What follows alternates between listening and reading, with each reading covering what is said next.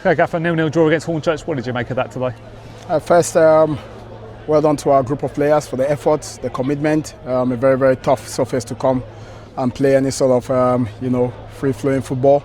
So it was a game of second phases. It was a game of percentages, and I thought we battled really, really hard. But more importantly, we have to look at it as a point gained towards the right direction.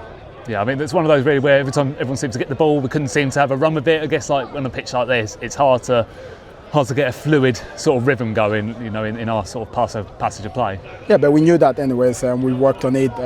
It's hard when you train on a 3G pitch, and then you're preparing for what I'll call a very, very bumpy pitch. There's no sort of control in possession, and we had to be organised and make sure we played in areas that we thought could obviously hurt them. But again, when we got in those areas, the pitch didn't allow us to go, but it's no excuse. It's 22 players on the pitch, and I thought it was about managing moments in the game, and it was good from our group of players in terms of how they managed the game. Felt like the type of game though where if anyone was going to win it, it was going to be for a mistake. We've obviously hit the crossbar, they've had a chance right at the end, but apart from that, really nothing has separated the sides at all, has it? Nah, I don't think we quite really tested their keeper, to be honest.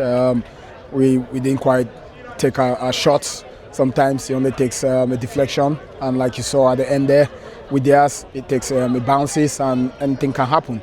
But more importantly, we got in those areas, and I've just spoken to one or two of our players there. We should have taken our chance when we had it. I thought, the chance we got there from a free kick should have been a goal because it was an excellent delivery by Sam Con, and it's about believing and connecting.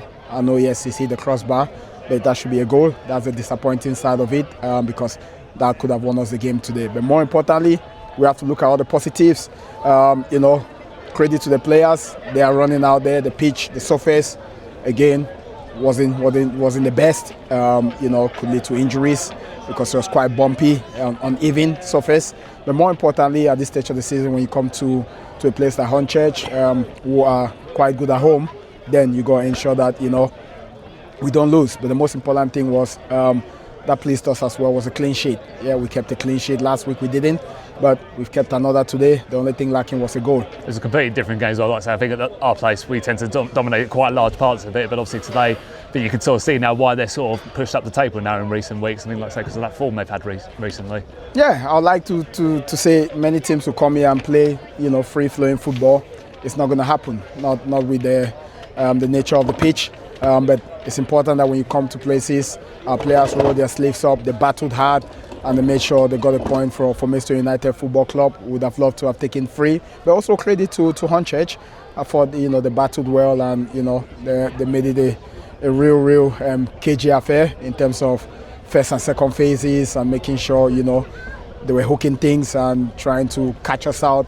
But I love the concentration from our defensive unit, including Alexis, but more importantly, the midfield unit battled really hard as well. And we saw glimpses of our forwards in terms of trying to carry the ball, but at times that was difficult because he was taking different bounces and going in all different directions.